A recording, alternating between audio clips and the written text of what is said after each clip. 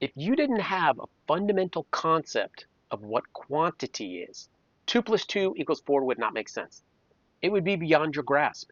You would have no idea, no matter how many different sounds coming out of our mouth we use for 2 and 4. The sentence 2 plus 2 equals 4 wouldn't help you if you didn't have an original concept built in about quantity. So what about the phrase past, present, and future?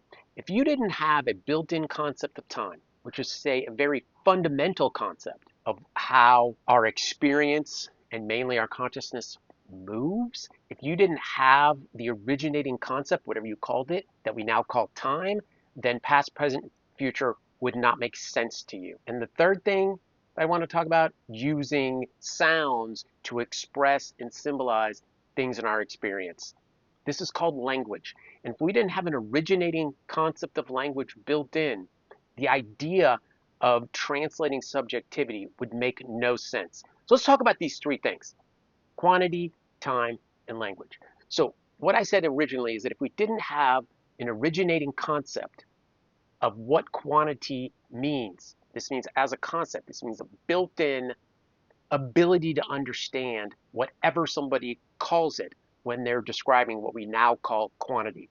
If you didn't do that, 2 plus 2 equals 4, all math wouldn't work. The tautology that is mathematics, not really science. This is going to piss you off, but I call mathematics a form of religion. It's a pure tautology. It works within itself. It inspires like-minded people to feel 100% convinced of something that is, in fact, tautological. It's a big word. I don't even know what it means. So if you didn't have that originating concept of quantity, these mathematical formulas would be meaningless. And in fact, anything that tried to take, I guess, what you would call objects, because at that point you wouldn't be able to understand objects because you wouldn't be able to understand one. But without this built-in, uniform, and complete concept of quantity, all mathematics would fail for you. The second thing I called the concept of past, present, future. So we talk about the past all the time, the present, the future. A lot of our self-help paradigms are built on this idea that we do certain things in the present for the future, or we look at the past, all this bullshit.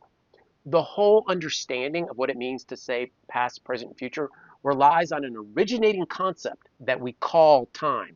So whatever you want to call it, if you didn't have the conceptual framework to be able to come to something that somebody's describing, you see how language plays into this, that someone's calling time, you would have no ability to find meaning in things like past, present, future, which is to say your experience would be somewhat meaningless because you wouldn't, there's so many things you wouldn't have without the concept of time creating the environment, I guess as Kant puts it, creating the environment for you where you're allowed to see things called past, present, and future. Now, again, this has to do with human subjectivity. It's really not metaphysics.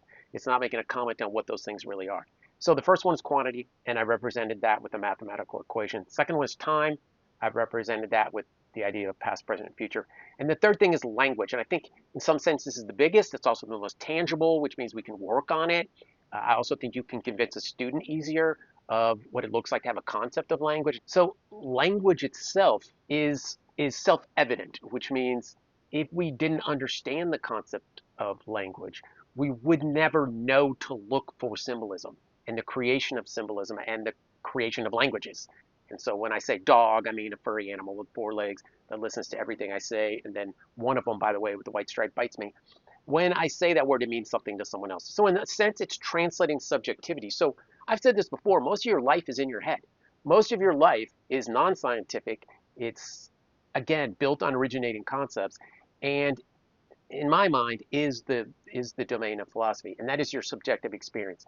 How we have created it is reliant on this originating concept of what Thomas Reed, 18th century, what Thomas Reed called I don't know if he used the word scaffolding, but a scaffolding, which is a built-in system that in his mind allows us to hang words on it, which means words themselves aren't really the fundamental of language. And it's really more the idea of symbolism and how that works as a translating system. In other words, translating subjectivity. All your life spent in your head, how do you get that stuff out to someone else? So if you don't believe the other people, that's a metaphysics problem. That's a Descartes problem. I don't know what to do with you. But assuming we can agree on simple terms, And these are pretty basic things, so I hope we can agree on simple terms like language can't exist if you don't have two people. But, and I know I'm going too fast here, but language itself as a framework that's built in allows us to have the conception of what language would look like before we build language. And then, of course, before we use it, you can't use it if you haven't built it. So over all these thousands of years, tens of thousands of years, humans formed a more and more and more complex lexicon in the sense that they built these specific terms and then agreed upon them and then taught them to everyone else so that we could all share in a social system that is reliant on language, which is itself reliant on an original concept, which is a built-in thing for which you can't go further. You can't look at language as like a pretend linguist or a philosophy of language.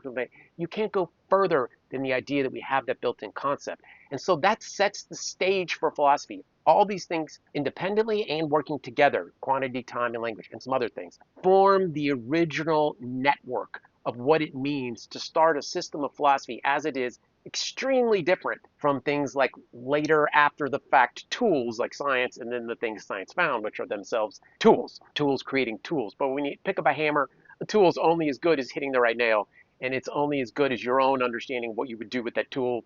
Again, a discussion of what it means to be a tool. And that's a separate discussion about me. But quantity, time, and language were the ones I picked out that set the stage for doing real philosophy independent of its superficial nature that as how it exists today. And so understanding those originating concepts and what they really mean and how they inform the discussion starts the conversation. So without embracing that or becoming familiar with that, like watching this video and me getting famous and you sending me money, other than that, you're not going to be able to participate in the conversation the right way. Thanks a lot. Go work out.